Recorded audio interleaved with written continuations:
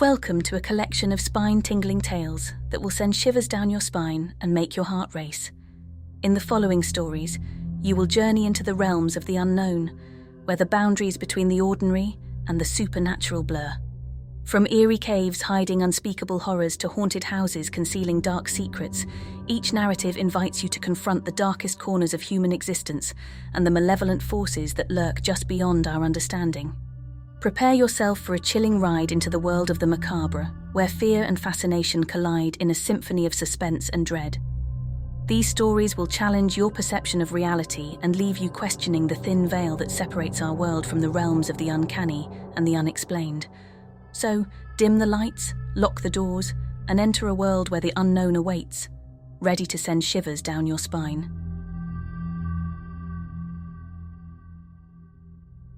The Depths of Despair, a terrifying cave encounter.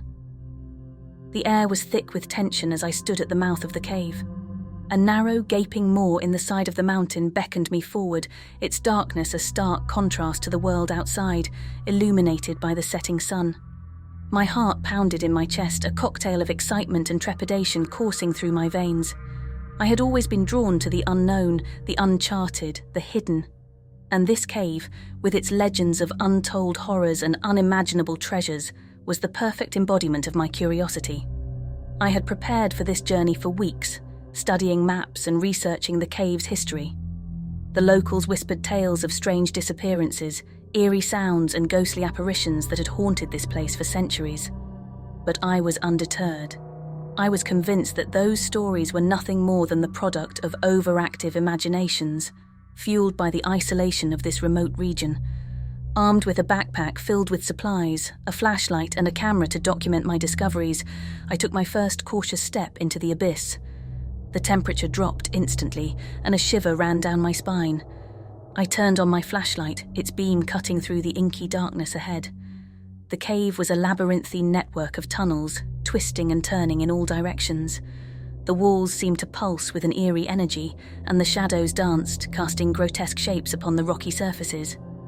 The silence was oppressive, the only sound the echoing drip of water somewhere in the distance.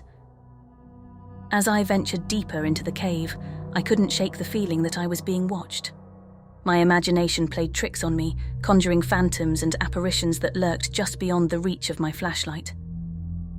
I forced myself to take deep breaths, reminding myself that there was nothing to fear but the darkness itself. Time seemed to lose meaning as I explored the cave's twisting passages. Hours turned into days, and I became disoriented, my sense of direction hopelessly scrambled. My flashlight flickered, its batteries dying a slow, agonizing death. Panic gnawed at the edges of my sanity as I fumbled to replace them in the pitch-black darkness. Finally, the beam of light pierced the gloom once more, revealing a vast chamber before me. I gasped in awe at the sight that met my eyes. The walls were adorned with strange ancient symbols, and the ground was littered with bones and relics from a bygone era. It was a treasure trove of archaeological wonder, a testament to the secrets hidden within the cave's depths. But my elation was short-lived as a bone-chilling wind swept through the chamber, extinguishing my flashlight once more. I stood there in the dark, trembling with fear, as a haunting whisper echoed in the shadows. "Welcome to the depths of despair," the voice hissed, sending icy tendrils down my spine. I desperately fumbled for my flashlight, my heart pounding in my chest. When the light finally flickered back to life, I found myself alone in the chamber, the voice a mere memory. I cursed myself for allowing fear to overtake me and decided to press on. The further I ventured, the more the cave seemed to warp and twist, its very geometry defying logic and reason. Time and space became fluid, and I felt as though I was descending into madness. The walls closed in on me, and the floor seemed to drop away into an endless abyss. As I continued to explore, I began to hear strange otherworldly sounds emanating from the darkness. Whispers, laughter, and the pained cries of the damned echoed through the tunnels. I couldn't tell if they were real or a product of my deteriorating sanity. I pressed on, determined to uncover the truth. My supplies dwindled, and I grew weak from hunger and exhaustion. I had lost all sense of time and direction, and despair threatened to consume me. The cave seemed to feed off my fear, manifesting my darkest nightmares. Shadows danced at the edge of my vision, and I could hear the whispers growing louder, more insistent. One night, as I lay shivering on the cave floor, I heard a soft, plaintive cry. It was the voice of a child, lost and alone in the darkness. My heart ached with sympathy, and I followed the sound, my flashlight casting long, eerie shadows on the cave walls. I rounded a corner and found myself in a small chamber. There, huddled in a corner, was a frail, ghostly figure. It was a young girl, her eyes vacant and hollow. She stared at me with a haunting sadness, her lips moving soundlessly. "Who are you?" I whispered, my voice trembling. The girl's lips formed a word, barely audible. "Help." My heart went out to her, and I reached out a hand to comfort her. But as I touched her icy skin, the girl's form dissolved into a cloud of darkness, and her mournful cries echoed through the chamber. I stumbled back in horror, my mind reeling from the nightmarish encounter. I knew then that I was not alone in this cave. Something malevolent lurked in the shadows, toying with me, feeding off my fear. I had become entangled in a web of darkness, a prisoner of the depths of despair. With each passing day, my strength waned, and my resolve crumbled. I had lost all hope of escaping the cave's clutches, and the whispers grew louder, more sinister.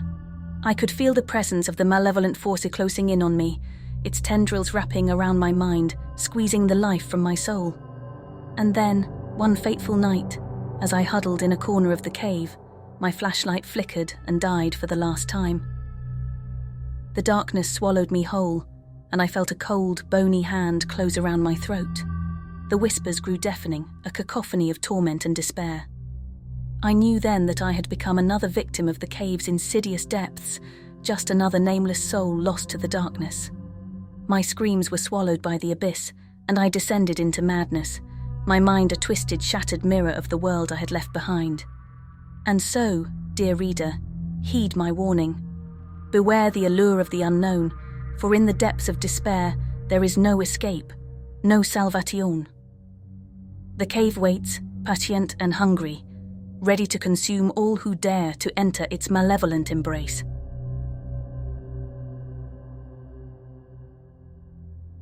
The Mouth of Madness. In the heart of a remote forest, shrouded in mist and ancient legends, there lay a cave known as the Mouth of Madness. Locals spoke of it in hushed tones, warning of the dark forces that dwelled within. It was said that those who entered would never return, their souls claimed by the malevolent presence that haunted its depths. But I was not one to heed such warnings. I was a thrill-seeker, a seeker of the unknown, and the allure of the cave's mysteries was too potent to resist. With a backpack filled with supplies, a powerful flashlight, and a sense of unwavering determination, I ventured into the heart of the forest. The trees loomed tall and ancient, their branches forming a dense canopy that blocked out the sun. The air was thick with a damp, earthy scent, and the only sound was the crunch of leaves beneath my boots. As I approached the cave's entrance, a chill ran down my spine, and the hairs on the back of my neck stood on end. The cave was a foreboding sight, its entrance gaping like a hungry maw in the side of a massive, moss-covered rock. A sense of unease settled over me, but I shook it off and plunged into the darkness. The cave's interior was a cold, damp world of shadows and echoes. The narrow tunnel wound its way deeper into the earth, and I felt a sense of isolation and claustrophobia creeping over me. My flashlight cut through the darkness, revealing the uneven stone walls and the occasional stalactite, hanging like ancient daggers from the ceiling. I had expected the cave to be empty, but as I ventured deeper, I became aware of a faint, eerie glow ahead. The light seemed to beckon me forward, and curiosity overcame my apprehension. As I approached, I discovered the source of the glow, a series of strange, luminescent fungi clinging to the cave walls. The fungi bathed the chamber in an eerie, otherworldly light, revealing a sight that sent shivers down my spine. The walls were adorned with grotesque, nightmarish murals, depicting scenes of unspeakable horror and suffering. Twisted, nightmarish creatures writhed in agony, their faces contorted in torment. It was as though the very walls of the cave were a canvas for the darkest of nightmares. I couldn't tear my eyes away from the murals, their grotesque beauty drawing me further into the depths of the cave. The air grew colder, and a sense of dread settled over me. But I couldn't turn back now.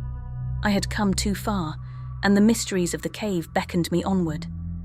As I ventured deeper, the cave's tunnels twisted and turned, leading me further into the labyrinthine depths.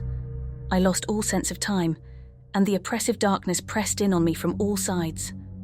The sound of dripping water echoed through the tunnels, a constant, eerie rhythm that filled the silence. My flashlight flickered, its batteries weakening, and panic began to set in. I fumbled to replace them, my hands trembling in the cold darkness. When the light finally pierced the gloom once more, I found myself in a massive chamber, its size and grandeur beyond anything I could have imagined. The walls of the chamber were covered in more of the grotesque murals, their twisted images leering down at me. In the center of the chamber stood a massive obsidian altar, its surface adorned with strange ancient symbols. A sense of dread settled over me as I approached the altar, my footsteps echoing through the chamber. As I examined the symbols, a deep, guttural voice whispered in my mind, a voice that seemed to come from the very depths of the earth. "You have come," it hissed, sending shivers down my spine. "You have entered my domain." I spun around, searching for the source of the voice, but there was nothing to be seen. I was alone in the chamber, surrounded by the nightmarish murals and the oppressive darkness. Fear clawed at the edges of my sanity, but I couldn't leave now. I had to know the secrets of the cave. With a trembling hand, I reached out and touched the obsidian altar. As soon as my fingers made contact with the cold, smooth surface, a blinding flash of light engulfed me, and I was transported to a realm beyond imagination. I stood in a nightmarish landscape, a world of twisted, surreal horrors. The sky was a sickly shade of green, and the ground was a shifting, pulsating mass of flesh and bone.